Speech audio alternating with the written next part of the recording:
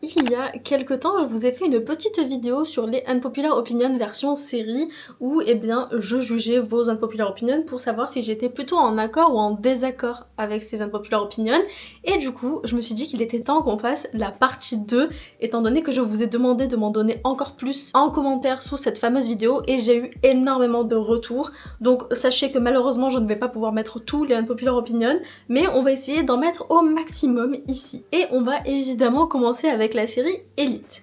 Dans Elite, Samuel et Rebecca étaient trop mignons ensemble, et quand il était avec Carla ou Harry, c'était toujours la même chose, leur histoire. Je vais être honnête avec vous, moi, pour ce qui concerne Samuel et ses relations amoureuses, j'ai toujours été partisane du Samuel-Carla. Voilà, je les ai trouvés adorables tous les deux ensemble, même si c'était un petit peu toxique avec du recul, mais bon, en même temps on était dans Elite, donc forcément il y avait de la toxicité, mais ça restait à mon sens une relation beaucoup moins toxique que celle qu'il a pu avoir avec Harry juste après. Donc personnellement je préfère largement Samuel avec Carla. Maintenant pour ce qui est de Rebecca, je vous avoue que je comprends pourquoi beaucoup auraient voulu voir Samuel et Rebecca ensemble étant donné que Rebecca était full in love de Samuel et que c'était un petit peu le seul mec potable de cette série, mais je vous avoue que personnellement j'ai jamais vraiment aimé les deux ensemble. En tant que pote oui, en tant que meilleure amie oui, mais je les voyais pas du tout finir en couple ensemble, donc je suis bien contente qu'il ait pas fait. Maintenant, au vu de comment ça se termine pour les personnages, je suis pas forcément contente de ça,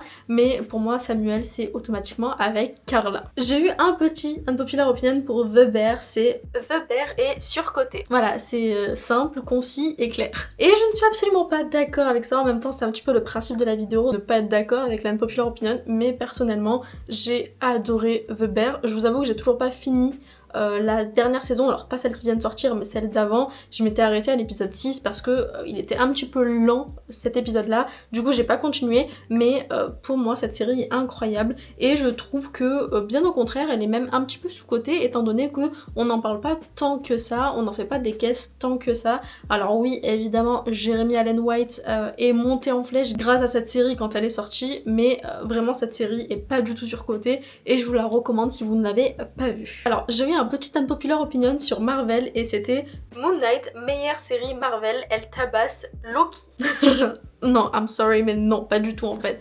Alors, moi je suis partisane de ceux qui aiment Moon Knight, donc déjà ça c'est une unpopular opinion parce que beaucoup de fans Marvel ont détesté Moon Knight. D'ailleurs mon copain le premier n'a pas du tout aimé la série, mais personnellement j'ai adoré Moon Knight. C'était pile l'ambiance que j'aimais en termes de série, avec tout le côté mythologie égyptienne. Bref, moi j'ai passé un trop bon moment devant la série. Maintenant faut quand même remettre les choses dans son contexte. Non, Moon Knight ne tabasse pas Loki. Pour moi, Loki c'est l'une des meilleures séries du Marvel Universe. Alors la première dans mon classement ça restera WandaVision, mais Loki elle est juste après, voire ex aequo avec WandaVision. Donc en soi je suis totalement d'accord avec ceux qui ont aimé Moon Knight parce que moi je l'ai adoré, mais de là à dire qu'elle tabasse Loki je suis pas du tout d'accord. On a eu le surcoté, maintenant on va avoir le sous-coté avec iZombie. iZombie est tellement sous-coté. Et je suis totalement d'accord, je sais même pas si c'est une unpopular opinion, mais je sais que la série est pas non plus ultra connue, pourtant elle a pas mal de saisons à son actif, je sais pas si elle a été annulée ou elle s'est juste arrêtée et qu'ils ont clos l'histoire. Je vous avoue que j'ai pas regardé les 2 dernières saisons, mais j'adore cette série, elle est incroyable et elle change énormément des séries sur les zombies qu'on a l'habitude de voir, où il y a du gore, où c'est dégueulasse, où limite faut pas regarder pendant qu'on mange. Je fais notamment référence à Santa Clarita Diet, série de zombies qu'il ne faut surtout pas regarder pendant que vous bouffez. Vraiment, c'est la pire idée à avoir. J'ai essayé, j'ai cru que j'allais vomir. Alors que iZombie pour le coup c'est totalement l'inverse. Limite, la série te donne faim quand tu vois la manière dont les zombies se préparent à manger. Et je sais c'est très bizarre dit comme ça, mais le nombre de fois où j'ai regardé la série et où je la voyais faire ces petits plats limite gastronomiques, sauf que la viande c'était du cerveau, voilà du cervelet, et j'étais en mode what the fuck, ça a l'air extrêmement bon. Je sais, c'est bizarre, mais je vous jure que c'est le cas. Bref, tout ça pour vous dire que iZombie c'est vraiment une série qui est géniale. C'est un peu le même style en fait que toutes les séries policières avec du surnaturel, un peu comme Lucifer, sauf que là au lieu que ce soit le diable qui est en collaboration avec les keufs, bah là c'est un zombie qui, lorsqu'elle va se nourrir de cerveau humain, elle va avoir les souvenirs de la personne qui est morte. Et donc pouvoir aider les flics à résoudre des enquêtes. Et juste pour ça, c'est c'est génial, donc allez la voir si vous ne l'avez pas déjà vue. Petite unpopular opinion sur Game of Thrones. La fin de Game of Thrones est pas si mal, je ne comprends pas pourquoi tout le monde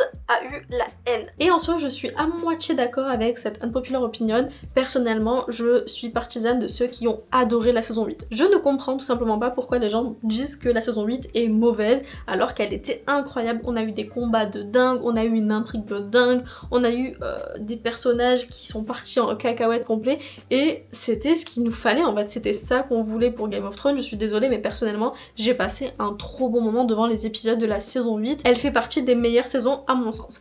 Maintenant, je suis d'accord avec ce commentaire uniquement pour le dernier épisode. Et évidemment, vu que c'est le dernier épisode, eh ben, on finit par englober toute la saison. Sauf que pour moi, la saison 8 n'a rien à voir avec le tout dernier épisode. Et en soi, c'est même pas le dernier épisode qui est mauvais, c'est plus la conclusion des personnages qui, à mon sens, a été fucked up complet dans Game of Thrones. Que ce soit la fin de Daenerys, la fin de Jon Snow, mais par pitié, ça a été la pire fin qu'ils aient pu faire pour ce personnage.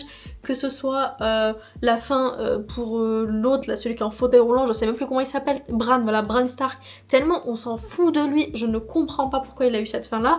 Limite, la seule fin qui m'a en quelque sorte plu dans la fin de Game of Thrones, c'est la fin de Sansa et limite la fin de Arya. Et c'est tout en fait. Donc je peux comprendre qu'on ait détesté le dernier épisode et comment ça se conclut pour chaque personnage, mais par contre je suis pas d'accord sur le fait que la saison 8 est une mauvaise saison. Du coup je suis plutôt d'accord avec ce commentaire. On passe à Pretty Little Liars et j'ai eu comme unpopular opinion, je n'aime pas le couple Spoby, donc Spencer et Toby dans PLL. Alors pour le coup là on touche à un de mes couples préférés de la série Pretty Little Liars. Moi j'étais totalement fan de Spoby, donc Spencer et Toby c'était l'un de mes couples préférés, même si j'avoue que je préférais Anna et Caleb pour le coup, mais Toby et Spencer pour moi c'était un couple incroyable, malgré que vers la fin c'est parti un petit peu en cacahuète disons-le, mais je suis pas d'accord. Moi j'adore leur personnage, j'adore le couple, donc oui c'est clairement une unpopular opinion et je suis vraiment curieuse de savoir si la personne qui a écrit ce commentaire est la seule ou pas. Donc dites-moi en commentaire si vous aussi vous n'aimez pas le couple Spencer et Toby ou au contraire si vous êtes comme moi et que vous l'avez adoré. On continue avec Pretty Little Liars et cette fois j'ai eu je déteste le couple Emison dans PLL, donc Emily et Allison.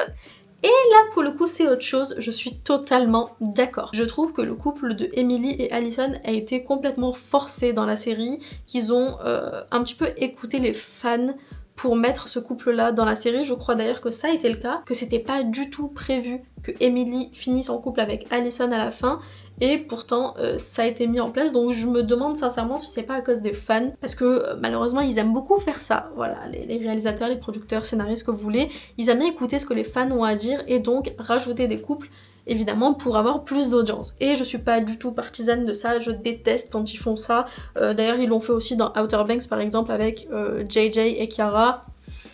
Voilà, moi j'ai jamais compris pourquoi, j'étais déjà au courant que les fans adoraient ce couple-là avant même de commencer à regarder la série, donc j'avais ce truc-là, cette vision-là dès le début, mais en soi, si on m'avait pas dit ça, à zéro moment j'aurais shippé les deux ensemble. Clairement. Du coup, pour en revenir à Pretty Little Liars, je suis complètement d'accord, je ne comprends pas ce couple. Je trouve qu'il sort littéralement de nulle part. En soi, pour Emily, on est au courant qu'elle est lesbienne depuis le début, il n'y a aucun problème avec ça.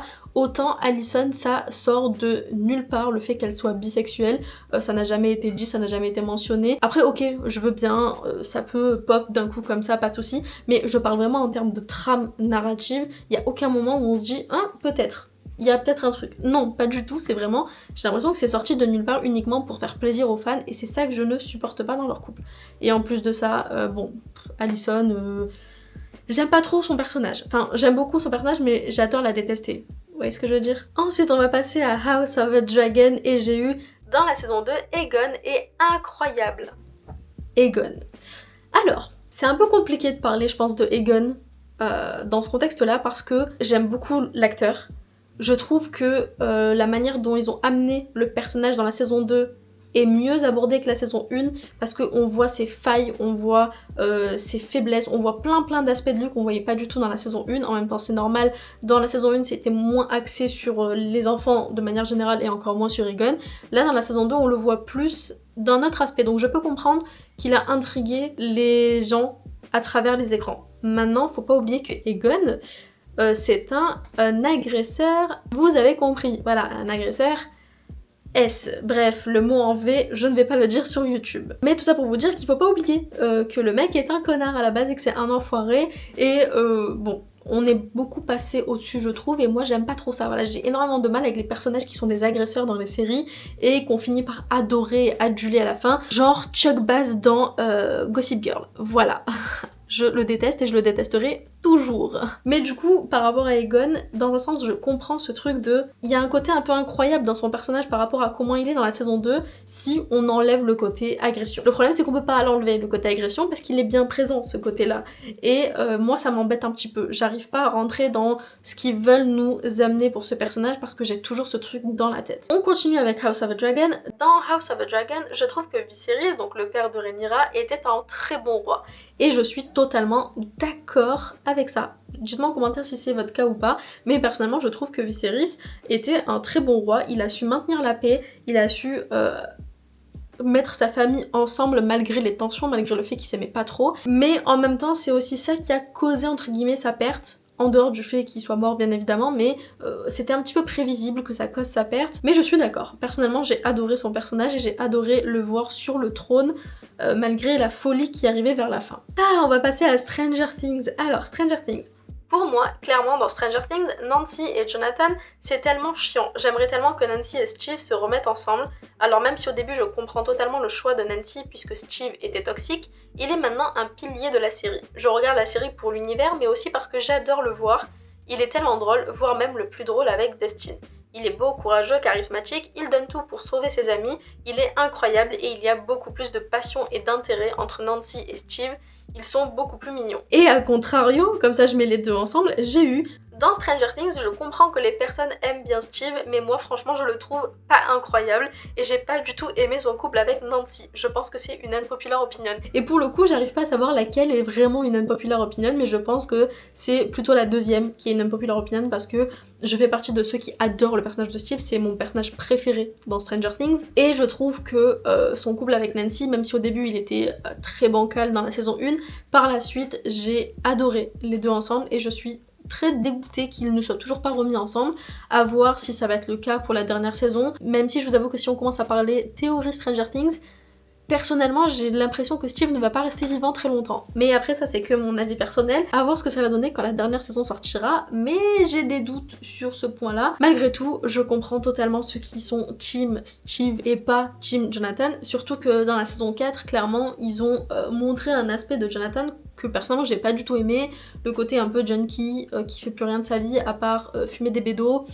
Bon, voilà quoi, et je pense qu'ils sont clairement en train de nous montrer le truc de il y a un changement de dynamique au niveau de Steve et de Jonathan, et Nancy va retourner avec Steve. Voilà, je pense que c'est clairement amené, hein, c'est pas du tout subtil en plus, mais à mon avis ça va être ça. Une autre par rapport à Stranger Things qui concerne cette fois-ci le personnage de Eddie. La mort de Eddie dans Stranger Things m'a fait ni chaud ni froid, limite son personnage me saoulait. Je vais être honnête, je comprends un petit peu cette unpopular opinion parce que au vu du succès que l'acteur et le personnage ont eu après cette saison-là de Stranger Things, je suis persuadée que les gens sont beaucoup plus dans l'autre sens, c'est-à-dire ils sont plus en mode ils ont chialé, ils étaient pas bien par rapport à la mort de ce personnage, tout ça. Je peux comprendre que ça ait fait ni chaud ni froid. Je pense que je me retrouve au milieu. J'ai une certaine balance à ce niveau-là. J'ai beaucoup aimé son personnage, je l'ai trouvé ultra intéressant, ultra attachant. Maintenant, c'était un nouveau personnage. Et même si sa mort, entre guillemets, et je mets bien des guillemets parce que théorie, encore une fois, selon moi, elle était émouvante. Elle était triste à regarder, mais on passe vite à autre chose. Et je suis persuadée que si je revois ma vidéo critique de la saison 4, je suis sûre que j'ai dit complètement l'inverse de ce que je suis en train de dire aujourd'hui. Mais bon, comme quoi, au fur et à mesure que le temps passe et que les mois passent, les avis finissent par changer. Donc, je sais pas, faudrait que je revoie la saison pour vous dire, mais je peux comprendre ce commentaire. Et évidemment, c'est une unpopular opinion. J'ai eu aussi une unpopular opinion concernant Emily in Paris qui me dit Emily est un personnage absolument détestable dans Emily in Paris. Et je vous avoue que je comprends un petit peu parce que même si la série porte son nom et est censée être sur ce personnage-là, elle est un petit peu chiante. Voilà, moi, alors je regarde Emily in Paris depuis le début, j'aime bien la série, j'irai pas jusqu'à dire que je l'adore, c'est pas le cas, c'est une série qui se regarde, qui est sympa, mais sans plus. Maintenant, pour ce qui est du personnage de Emily, en fait elle est très américaine en France. Je sais pas comment expliquer, mais elle est un peu le cliché de l'américaine qui débarque en France et qui pense que tout est beau, tout est rose, tout est bisounours. Voilà, donc elle peut paraître un peu relou sur les bords, un peu niant sur les bords, donc je peux comprendre les gens qui ne la supportent pas. Maintenant, j'irai pas jusqu'à dire que c'est le pire personnage de la série. Voilà, donc je pense qu'on a des personnages qui sont beaucoup plus clichés du côté français en plus que Emily, donc franchement, ça va, il y a pire. Alors, j'ai eu une autre unpopular opinion sur Vampire Diaries dont je n'avais pas parlé dans la vidéo précédente parce que tout simplement on me l'avait pas encore dite, c'était le couple entre Bonnie et Enzo est un couple ultra forcé digne d'une fanfic. Je vous jure que j'ai pleuré du sang quand j'ai vu cette unpopular opinion parce que pour moi c'est pas possible. Pour moi Bonnie et Enzo c'est l'un des meilleurs couples de Vampire Diaries qui au contraire est archi mignon et pas toxique et en plus de ça on n'a même pas vu vraiment comment leur couple s'est formé, c'était tellement fluide et naturel que ils étaient juste là, ils étaient juste en couple et ça passait crème. Personnellement, de tous les mecs que Bonnie a eu dans la série, Enzo est le meilleur et de loin. Et je trouve pas du tout que leur couple a été forcé. Je pense d'ailleurs qu'on est une majorité à penser que Bonnie et Enzo sont un très beau couple, mais j'aimerais beaucoup savoir en commentaire ce que vous pensez par rapport à ça. On passe maintenant à La Casa de Papel avec cette unpopular opinion. Tokyo est un bon personnage dans La Casa de Papel et la haine contre elle est juste ridicule. Elle est censée être une tête brûlée. Et je vais être honnête, je suis totalement d'accord. J'ai jamais compris pourquoi les gens détestaient autant Tokyo dans La Casa de Papel, au vu de son caractère qui est montré dès le début, on sait à quoi s'attendre avec elle, et y en a qui ont été choqués, qui ont été déçus, qui ont été je sais pas trop quoi avec son personnage. Moi je trouve qu'au contraire, elle est restée authentique à ce qu'elle devait être depuis le début, et moi j'ai adoré son personnage parce que justement, elle montre une facette d'une certaine personnalité qui est intéressante à voir dans ce cadre-là, au niveau des braquages, tout ça, et puis on n'oublie pas la fin de Tokyo quoi. Enfin bref, non personnellement je suis pas d'accord et j'adore le personnage de Tokyo, donc je sais pas, dites-moi en commentaire si vous êtes plus team on aime Tokyo ou on n'aime pas Tokyo parce que vraiment je n'en ai aucune idée de si c'est réellement une unpopular opinion ou pas du tout. La fin de Sense8 est très bien. Alors pour ceux qui ne connaissent pas Sense8, parce que j'ai l'impression que cette série, autant elle est connue de pas mal de monde, autant il y en a plein qui la connaissent pas du tout, donc je vais faire ma petite propagande Sense8. C'est une série qui est incroyable, il y a 2 saisons plus un épisode final sous forme de film qui dure je crois 2 heures environ et qui est génial, et cette série c'est une pépite. Alors c'est une série qu'il faut regarder à un certain âge parce qu'il y a des scènes plus 18 très explicites, des scènes à plusieurs, et moi qui déteste ça de base, j'adore cette série et sous tout son aspect, même le côté plus 18 parce que c'est amené d'une manière tellement artistique, tellement belle, tellement humaine, je saurais pas comment expliquer mais en fait ça fait partie de l'intrigue de Sense8 d'avoir ces scènes là et elles sont très très bien réalisées, donc j'adore l'entièreté de cette série que je trouve incroyable et que je vous recommande vivement si vous ne l'avez pas déjà vue. Je crois qu'elle est sur Netflix, ça m'étonnerait qu'ils l'aient enlevée de leur catalogue, mais en tout cas moi à l'époque je l'ai regardée sur Netflix et je suis d'accord, la fin de Sense8 n'est pas si catastrophique que ça, parce que malheureusement c'était pas à cause d'un manque d'audience mais à cause d'un budget qui était beaucoup trop élevé pour la série, parce qu'il n'y avait aucun fond vert pour cette série, tout était fait dans tous les pays présents. Donc je crois qu'il y a eu plus de 8 pays présents dans cette série, donc ils devaient à chaque fois faire les tournages dans les pays. Ça coûtait énormément d'argent. Pareil pour les combats, les cascades, tout ça, les changements. Bref, je vous laisse aller voir aussi le documentaire sur la série qui est incroyablement intéressant. Et à cause de ça, ils ont dû annuler la série et donc faire un fin pour conclure la série. Et personnellement, j'ai beaucoup aimé cette fin. J'ai trouvé que c'était pile ce qu'il fallait. Alors évidemment, vu que la série a été annulée, il y a plein de petites questions auxquelles on n'aura jamais de réponse. Mais en dehors de ça, la fin était pas si catastrophique que ça. Donc j'ai du mal à comprendre pourquoi les gens la détestent autant. Dans Supernatural, le personnage de Mary Winchester, je trouve que les gens ne se mettent pas assez à sa place. Je suis un peu mitigée vis-à-vis de ça. De base, je déteste le personnage de Mary Winchester dans Supernatural, mais en même temps, et surtout après avoir rencontré l'actrice pendant la DLC à Paris, et avoir pu parler justement de son personnage de Mary Winchester avec elle, et qu'elle ait répondu à ma question sur sa relation avec Jean et Sam après son retour, bref. Allez voir l'interview si ça vous intéresse de voir un petit peu sa réponse à cette question. Mais je vous avoue que mon avis a pas mal changé vis-à-vis de ça parce que j'ai réussi à comprendre pourquoi est-ce que Mary Winchester était comme elle l'était dans la série. Je la déteste quand même, voilà. Mais j'arrive un petit peu plus à comprendre ce côté, c'est une femme qui est revenue à la vie, ses enfants qu'elle a laissés bébés sont devenus des adultes de plus de 30 ans, donc forcément il y a un petit décalage entre elle et sa relation avec ses fils, plus le fait qu'elle n'est pas juste une mère, mais aussi une femme qui a sa vie à côté. Et je peux comprendre cet aspect-là, mais en même temps, étant donné que je suis beaucoup trop attachée aux personnages de Sam et Dean, j'ai énormément de mal avec le fait de les voir souffrir en fait tout simplement, et le problème c'est que Mary Winchester fait partie de ceux qui ont énormément fait souffrir Sam et Dean. Donc voilà, je suis un petit peu mitigée avec ça. Et on va finir avec Euphoria, où on me dit « Je déteste la série Euphoria, Zendaya est incroyable, mais le personnage de Rue est terriblement chiant. » Et je suis d'accord.